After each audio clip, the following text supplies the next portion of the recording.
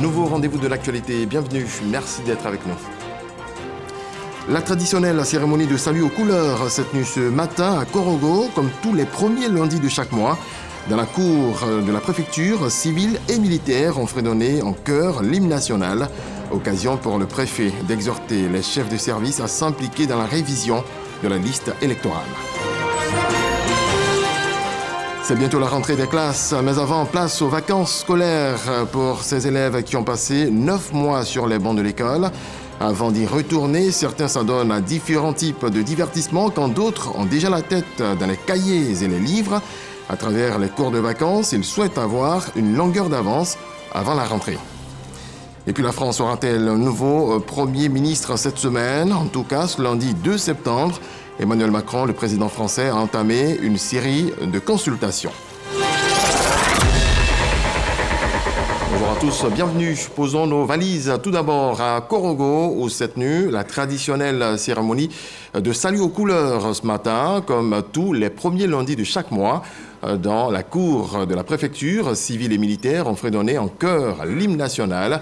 Occasion pour le préfet d'exhorter les chefs de service à s'impliquer dans la révision de la liste électorale. Le récit de Ami Sissoko. Préfecture de Korogo, 7h30 ce lundi 2 septembre. Le traditionnel honneur au drapeau national. Il a lieu le premier lundi de chaque mois. Après la montée du drapeau et l'explication de la portée de cette cérémonie, l'occasion a été saisie par le préfet de région du Poro, préfet du département de Korogo, André Eponon, pour décerner des trophées d'excellence au groupe du défilé militaire et civil qui se sont distingués lors de la commémoration de l'an 64 du pays. C'est le mérite de l'ensemble des forces de défense et de sécurité, tous les grands commandants régionaux, tous les chefs des grands commandements au niveau local qui se sont impliqués tous pour nous permettre de préparer, organiser et réussir le défilé du 7 août de 2024. Nous avons reçu le premier prix du meilleur défilé de la région du Poro. Nous remercions le préfet parce que c'est la première fois. Au cours de cette cérémonie d'honneur au drapeau national, le préfet André Eponon a exhorté les chefs de service à s'impliquer dans la sensibilisation sur la révision de la liste électorale, car la loi fait obligation chaque année à procéder à la révision de la liste électorale. Ce n'est pas seulement pour les élections, mais chaque année, on met à jour la liste électorale. Et à cette occasion, on procède donc aux radiations, on procède à des modifications, on procède également aussi à l'inscription des nouveaux majeurs. Et donc, l'opération va bientôt commencer. Il était bon que nous puissions appeler donc, tous les responsables qui sont ici, les chefs des services, qui ont des parents, qui ont des connaissances, qui ont des amis, les chefs de village, pour leur dire que l'opération va commencer et qu'ils puissent, tout le monde, appeler à s'inscrire sur la liste électorale. L'honneur au drapeau national est initié depuis 2012 par la tutelle du service civique, une manière de valoriser et respecter les symboles de la République. À un peu plus de 200 km de Korogo, Bouaké a accueilli une délégation du ministère de la Construction, du Logement et de l'Urbanisme. Une séance d'information à l'endroit des populations. Le directeur régional de la construction est revenu sur les réformes du ministère. Boubacar Silla, Charles Tatou. Informer les acteurs de la chaîne foncière sur la nouvelle réglementation des lotissements, les dispositions réglementaires du permis de construire et l'arrêté de concession définitive. Tel est l'objectif de cette rencontre relative à la restitution du séminaire de sensibilisation des autorités administratives des villes de Côte d'Ivoire sur les nouvelles réformes de la construction. À partir d'aujourd'hui, la population de Bouaké doit comprendre qu'on ne fait pas les lotissements n'importe comment et qu'il y a une loi à respecter. L'autre volet, c'est l'attestation de droit d'usage qui est déjà mis en vigueur, dont les anciennes attestations prendront effectivement fin le 31 décembre 2024. On ne parlera plus des attestations anciennes formules, on parlera de l'attestation de droit d'usage. Édifié par les échanges, urbanistes, experts géomètres, chefs traditionnels et opérateurs économiques saluent l'initiative. À Bouaké, constamment, quand tu vas dans le domaine judiciaire, tout le temps, c'est les chefs du village qui sont traînés là-bas.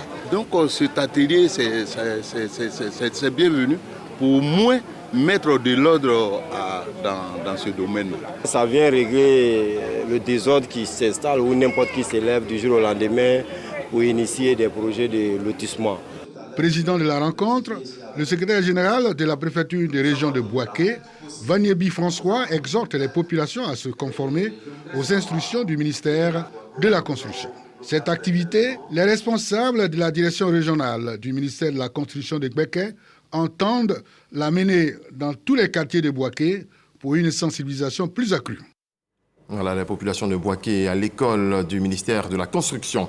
Parlant justement d'école, c'est bientôt la rentrée des classes, mais avant, place aux vacances scolaires pour ces élèves qui ont passé 9 mois sur les bancs de l'école. Avant d'y retourner, certains s'adonnent à différents types de divertissements, quand d'autres ont déjà la tête dans les cahiers et les livres. À travers les cours de vacances, ils souhaitent avoir une longueur d'avance avant la rentrée scolaire. On voit cela avec Djeneba Ouattara et Kader Sogodogo.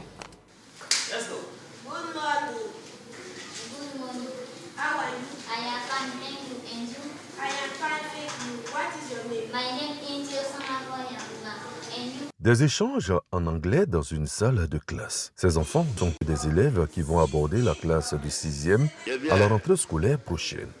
Ils ont choisi de suivre des cours en lieu et place d'autres activités de vacances. Parmi ces élèves se trouve Chairman. Notre prof d'anglais nous apprend à compter en anglais, les jours de la semaine en anglais, les mois de l'année en anglais et les salutations en anglais. Comme Chairman, Roxane et Mohamed respectivement, en 4e et 3e, suivent des cours de vacances dans un établissement de Bouaké. J'ai choisi de venir faire les cours de vacances parce que pour moi, les cours de vacances nous donnent un aperçu sur les cours que nous allons voir en classe. Depuis 6e, je fais les cours de vacances et ça m'apporte beaucoup en classe. J'ai choisi de faire les cours de vacances parce que les cours de vacances permettent d'avoir une bonne année scolaire et permettent d'avoir des bonnes moyennes. Dans cette école secondaire, les cours de vacances se déroulent de la 6e à la terminale. Quelle est l'utilité de ce temps d'apprentissage pour les élèves? Je dirais aux élèves que les cours de vacances, c'est pas pour s'amuser. C'est comme un tremplin pour pouvoir commencer l'année. Donc, dès maintenant, dès qu'ils ont décidé, ou bien les parents ont décidé de les inscrire dans les cours de vacances, eux-mêmes, ils doivent s'engager pour que demain, ils sentent les bénéfices de cet effort-là. Ça permet aux enfants d'être occupés sainement. Parce que les enfants, lorsqu'ils sont en vacances, souvent ils se livrent à d'autres activités peu recommandables. Donc, déjà tous les matins, ils sont ici de 8h à midi. Quand ils rentrent, ils font les exercices, ils révisent. Pendant 1 mois, ils sont sur place. Sans cela, au-delà de ce qu'ils apprennent, ça leur permet d'être en tout cas bien réglés pendant les vacances. Un peu plus loin, au quartier d'Akro, une école primaire privée nous ouvre ses portes. Incursion dans la classe de CP1. Les tout-petits, venus fraîchement du préscolaire, franchissent une autre étape de leur vie scolaire. Ici, chant au menu pour déstresser avant de commencer les cours. Au programme de ce matin, une révision de leçons. Ce sont les révisions des ce que nous avons vu, c'est-à-dire les lettres sons, les objets, comment apprendre à l'enfant à écrire, à lire et autres. Et aujourd'hui, nous avons pratiquement achevé les lettres sons avec le U et les I. Et nous constatons déjà que ce que nous avons enseigné aux enfants, ils le maîtrisent parfaitement. Pour les autres niveaux, l'heure est également au dernier cours et aux révisions. Les parents d'élèves se réjouissent de la tenue de ces cours. Les enfants, c'est des enfants. Donc quand ils jouent trop, ils peuvent oublier. Ma fille est très intelligente, mais j'ai besoin qu'elle puisse rester toujours en contact avec le papier pour pouvoir évoluer. Quel regard porte le sociologue sur le cours de vacances? Les cours de vacances sont très utiles, donc d'autant plus qu'ils contribuent au renforcement des capacités donc, intellectuelles et morales de l'enfant.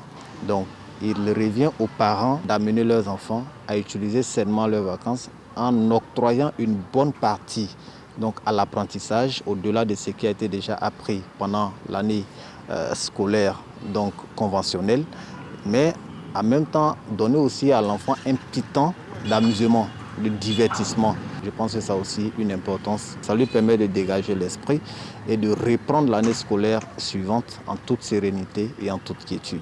Au-delà de l'aspect instructif, l'on peut dire que les cours de vacances sont un moyen d'épanouissement pour l'apprenant. Ces cours lui permettent de s'éloigner de certains vices. Eux aussi se sont éloignés des vices à travers le Summer Programme, un programme de formation en littérature et en technologie. 40 jeunes formés ont reçu leur parchemin au lycée d'Anyama. Yves Niazalé, Franck Akwadio. Après 2 mois de formation, les bénéficiaires de la 2e édition du programme d'été reçoivent leur parchemin. Au nombre de 48, ils viennent d'acquérir des compétences dans les domaines de la littérature et de la technologie. Par la voix de tout mon groupe, nous avons vraiment été honorés de participer à ce Summer Programme. Parce que pour nous, les adeptes de la littérature, ce n'est pas donné à tous de vraiment participer à ce genre de programme-là, tout frais payé. Ce que je compte faire de ce que j'ai reçu ici au Summer Programme, c'est d'insérer ça dans mon éducation, mais aussi sensibiliser mes camarades de classe à venir plus à la bibliothèque s'enrichir. Le programme d'été au Summer Programme est initié par l'ONG Impactful Education. Son objectif, engager et favoriser le leadership des jeunes. C'était un besoin ou soit un manque d'enfance qui a vraiment déclenché de créer l'ONG Impactful Education. Parce que quand je grandissais ici, il n'y avait pas d'obre éducatif ou soit de bibliothèque d'où je pouvais venir me ressourcer dans la littérature et puis aussi dans la technologie. La plupart, quand ils ont commencé le programme, ils ne savaient même pas comment utiliser un clavier. Et aujourd'hui, quand on arrive à voir ces enfants qu'ils arrivent à créer des programmes avec Scratch, qui est un langage de programmation, vraiment, c'est une grande fierté. Le Summer Programme édition 2024 est la 2e du genre. Les participants sont répartis avec de précieux acquis. À Boniré, on sensibilise sur la scolarisation de la jeune fille. C'est une idée de la mutuelle de développement de Bounadougou et de Katadougou dans la sous-préfecture de Boniré. Regardons. Faire de la scolarisation des enfants, notamment celle de la petite fille, et s'impliquer dans la sensibilisation sur les actes de l'état civil. C'est la mission qui s'est assignée la mutuelle de développement de Bounadougou et Katadougou dans le département de Dabakala. Un objectif réitéré lors de la 2e édition de la journée de l'excellence. Les meilleurs écoliers de ces 2 localités de la sous-préfecture de Boniré-Dougou qui se sont distingués par leurs résultats scolaires ont été célébrés lors de cette cérémonie. Occasion pour les responsables de cette mutuelle de sensibiliser la population sur l'importance de la scolarisation de la petite fille et la déclaration des naissances. Sensibiliser nos jeunes enfants afin qu'ils aient le courage d'étudier et d'exceller à l'école. Un message bien perçu par les responsables locaux de l'éducation et les chefs traditionnels. En tant que garant de la tradition, nous allons les soutenir pour que les enfants soient encouragés et aillent de l'avant. Pour le sous-préfet de Fumbolo, qui représentait à cette cérémonie son collègue de Boniré-Dougou, les défis en matière d'éducation de la jeune fille restent énormes. Ce que vous êtes en train de faire, c'est quelque chose qu'on doit encourager, je dois dire, dans presque toutes les localités de Dabakala. Ça doit inspirer tout le monde, petit comme grand. Que lorsqu'on fait le travail avec acharnement et qu'on croit à ce qu'on est en train de faire, c'est sûr qu'on va atteindre tous les objectifs qu'on s'est fixés. Au cours de cette cérémonie de célébration de l'excellence, les vainqueurs des activités socio-culturelles, notamment le concours de la plus belle jeune fille, celui de la danse et le vainqueur du tournoi de football, ont été récompensés. Des connaissances acquises à l'école qui peuvent servir à différents concours, notamment au jeu crack de l'émission Radio Vacances, une émission de Radio Côte d'Ivoire qui met plusieurs localités de l'intérieur du pays en compétition.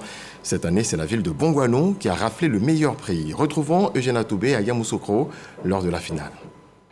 Dans la salle des fêtes de la mairie de Yamoussoukro, des supporters exultants avec des propos de triomphalisme sur des accents de boutade. Les agnés sur la terre des Baoulés ont pris le pouvoir, entendait-on dire. Des paroles pour accompagner la victoire de Bongouanou au concours crack de l'émission Vacances Culture. 10 de moyenne sur 12 face à 6 concurrents à cette édition 2024 avec la clé 250 000 francs CFA et un trophée. On ne s'attendait pas à ce résultat-là.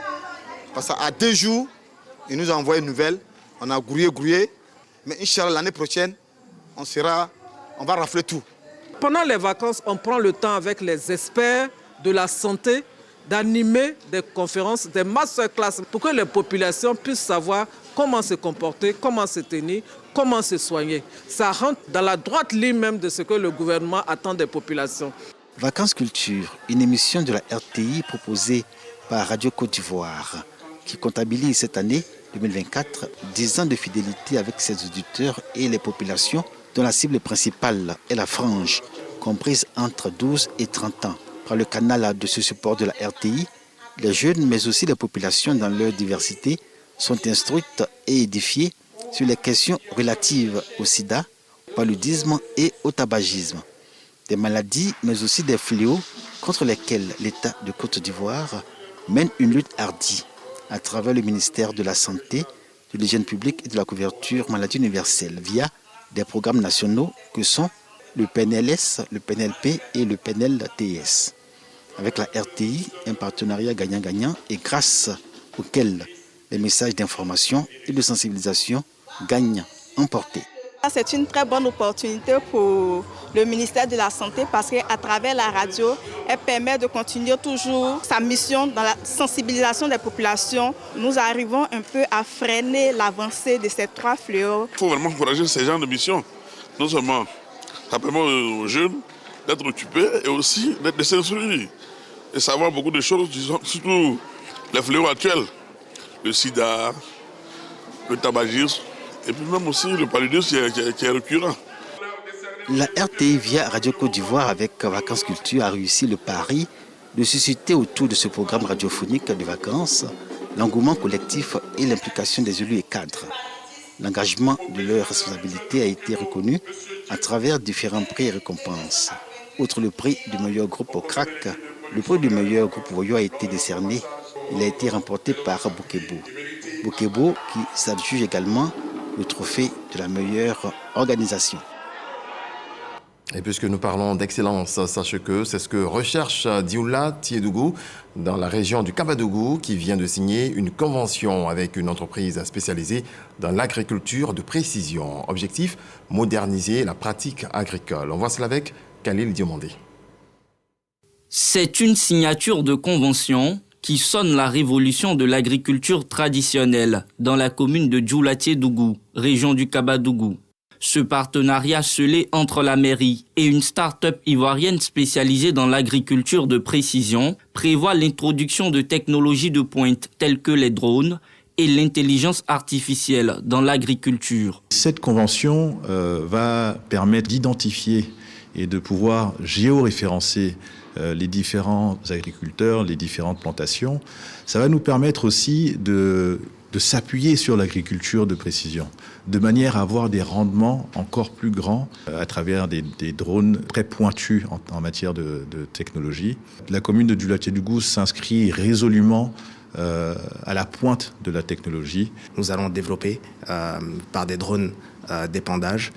Nous allons offrir les bonnes quantités de produits phytosanitaires aux bons endroits au niveau des plantes. Et vu qu'on part dans une démarche inclusive, notre ambition est de pouvoir permettre aux jeunes de Dioula Tiedougou d'être autonomes et de pouvoir donc embrasser réellement cette nouvelle agriculture. Donc nous allons les former à ce que c'est qu'un drone, ce qu'on peut faire avec un drone et comment utiliser le drone pour que demain, ils puissent être acteurs du changement à Dioula Tiedougou. La phase de déploiement du projet débute le 2 septembre 2024 pour une durée de 5 ans. On s'active également dans la sous-préfecture de Sirasso. Les cadres multiplient les initiatives en vue de lutter efficacement contre les effets néfastes du changement climatique. Le top départ d'une vaste opération de reboisement de forêts sacrées a été donné à Dagba sous l'impulsion de l'ONG WAFI. C'est ce lundi que reprend l'opération d'assainissement de la casse d'Abouanador. L'information rendue publique par l'adjoint au maire de la commune chargé de la salubrité au cours d'une rencontre avec la presse. Les ferrailleurs devront se rendre sur le nouveau site à Abobo Ndoutré. Ismaël Evradeo d'Angui nous en parle. Déguerpissement de la casse d'Abobo. La mairie joue la fermeté devant la presse. On leur avait donné 48 heures Les 48 heures passées, on a même ajouté 3-4 jours. Mais ils n'ont même pas voulu bouger. C'est pour cela que nous avons utilisé d'autres moyens. Donc, on va vider les magasins. On va se donner les moyens de rentrer en possession de tout ce qui se trouve dans les magasins. On va se donner les moyens. Et les moyens légaux. Cette fois-ci, si on prend vos marchandises, c'est non-retour. Qu'ils saisissent cette occasion-là. C'est 2 ou 3 jours pour déménager, pour achever leur déménagement. Selon lui, une seconde phase d'assainissement de l'ancienne case d'Abobo à Nador sera menée sur 3 jours non-stop. Objectif de la municipalité, accompagner les actions du gouvernement dans le cadre de l'assainissement du Grand Abidjan. Du 4 au 5 octobre prochain aura lieu le Tchanfeto Festival pour la promotion de la culture à Tchan. Un espace pour évoquer les sujets liés au développement des différents villages à Tchan. La conférence de presse de lancement de la 3e édition s'est tenue samedi dernier à Anono. Yves Niazalé, Franck Quadio. C'est bientôt la 3e édition du Tchanfeto Festival. Anono, une fois de plus, sera le centre de la culture et des traditions. L'événement attire chaque année un public de plus en plus nombreux, au dire des initiateurs. Tchanfeto 3 vient avec beaucoup d'innovation. En termes de grandes lignes, on pourra dire, nous allons permettre justement à nos jeunes, à nos femmes, d'avoir accès au crédit via le partenariat qui a été tissé avec l'entreprise financière de la place. Nous allons distribuer des prises en charge aux élèves étudiants les plus méritants. Nous avons le concours aussi de Miss Tchanfeto Intellect. Permettre justement à nos jeunes filles, à nos femmes, de pouvoir exposer, présenter des projets qui justement pourront être financés par le festival. Cet engagement se traduit par une programmation riche et variée, mais aussi par une forte implication des communautés locales. Le festival est le reflet d'une culture vivante portée par ceux qui la vivent au quotidien. Ce festival est très important pour nos communautés, en ce sens qu'il va permettre de fédérer autour de nos communautés certaines valeurs. Ce festival va traduire à travers les différents actes qui seront posés la disponibilité du peuple à Tchan à bâtir avec le président de la République une Côte d'Ivoire prospère. Rappelons que cette 3e édition se déroulera du 4 au 5 octobre 2024. Elle s'articulera autour du thème « L'implication des villages dans le développement de la Côte d'Ivoire ». Jetons un coup d'œil à Transua où le festival Agoudi bat son plein. Ce festival célèbre la culture bron. La 2e édition a réuni dans le village à Dahui Tieso les forces vives pour communier et penser également développement. On voit cela avec Franck Quadio. De la danse, du chant et des têtes couronnées qui paradent, la 2e édition du festival Agoudé est un pari tenu à Ahuitieso, commune de Transua. Ici, le peuple bron entend valoriser sa culture. Il faut aussi que cela passe par le didactique. Une conférence donc pour forger l'opinion sur la valeur de la tradition bron. La cible est la jeunesse. Pour sa part, le parrain Guy Armand Adjoumani n'a pas omis de relever la force du pouvoir de la chefferie, les garants des us et coutumes. Point d'orgue, une remise de prix aux acteurs du développement de la localité, en présence de l'ambassadeur de l'Organisation internationale pour la recherche de la paix. On passe à la religion. La communauté de l'église Ariste d'Aféry 2 dans le département de Bongouanou dispose désormais d'un temple. Il a été inauguré samedi dernier en présence des responsables de la direction nationale de l'église et des communautés Aris venues de plusieurs pays d'Europe. Charles Tatou nous en parle. Fini les cultes dans un cadre inapproprié et sous les bâches pour les 600 fidèles de l'église Ariste d'Aféry 2. Ces chrétiens Aris du village vont désormais prier dans leur nouveau temple réalisé sur fonds propres. La cérémonie marquant l'entrée solennelle de cette communauté dans sa nouvelle maison de prière a drainé les fidèles Aris venus des localités du département de Bongouanou, du district d'Abidjan, des régions d'Abangourou et d'Aoukro, puis celles venues de l'Europe. Prestations de chorale, danse et prières d'adoration. Prédicateur du premier culte dans le nouveau temple, le très révérend prédicateur supérieur des régions. Par ailleurs, secrétaire général de l'église du Christ Mission Aris mondiale, Kouadio Bi Bangoré Marcelin, exhorte les fidèles à évangéliser conformément aux instructions de Dieu avant d'exprimer sa reconnaissance à toutes les personnes qui ont œuvré pour la réalisation de cet édifice religieux. Les fidèles Haris de Aférie 2 sont vraiment des enfants de Dieu de foi. Parce qu'ils sont partis d'un tout petit temple, ils se sont mis ensemble pour bâtir un grand temple. Et ce temple est vraiment à la gloire de l'Éternel. Une exhortation soutenue par le parrain, chef de la délégation de la communauté Haris venue de France. J'attends d'eux qu'ils continuent parce que le temple que nous avons vu aujourd'hui n'est pas à son achèvement. La plus grande partie a été réalisée et moi de mon côté je vais les aider.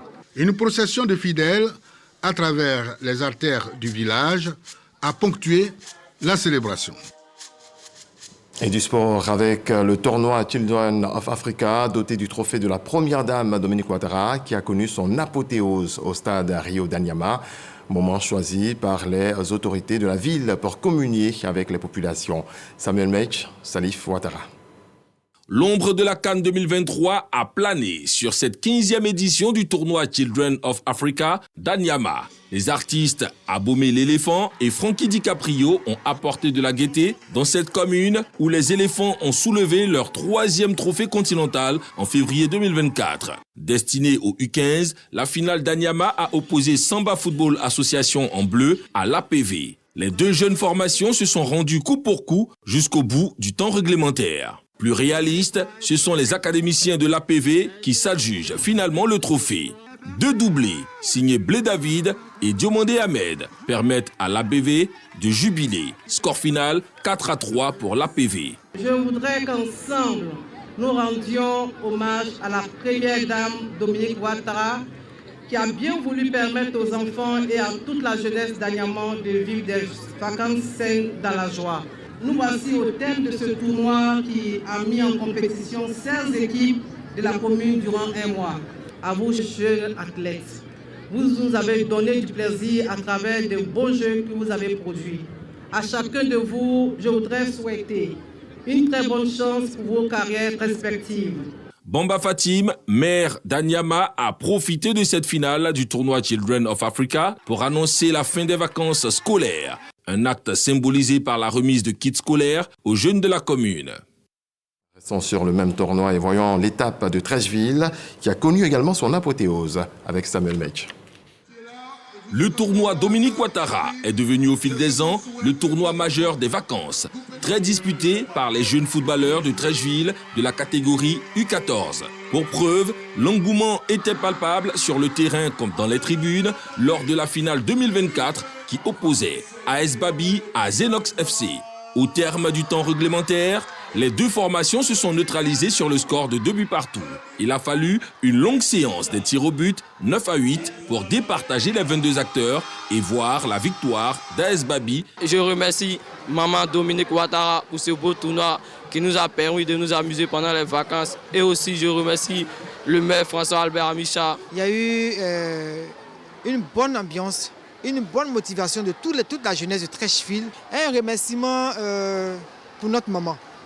Pour notre maman qui, chaque année, organise un tournoi à son nom, qui permet aux enfants de pouvoir se distraire. Pour rendre hommage à Madame la Première Dame, ce tournoi nous permet de faire une détection au niveau de nos enfants et qui vont permettre d'accéder aux différentes équipes de la commune et pourquoi pas du district d'Abidjan, pour ne pas dire dans une équipe ivoirienne. Ce tournoi a concerné 24 centres de formation. Le trophée de meilleur buteur est revenu à Maël Mahmoud du club leader, 7 buts. Et celui du meilleur gardien à Ismaël Sissé de Zenox FC. Dans le reste de l'actualité, en bref et en image, au Sénégal, les députés travaillent ce lundi 2 septembre sur la loi de révision de la Constitution introduite par le gouvernement de Bassirou Diomaye Faye. Un projet de loi déjà rejeté par la commission des lois.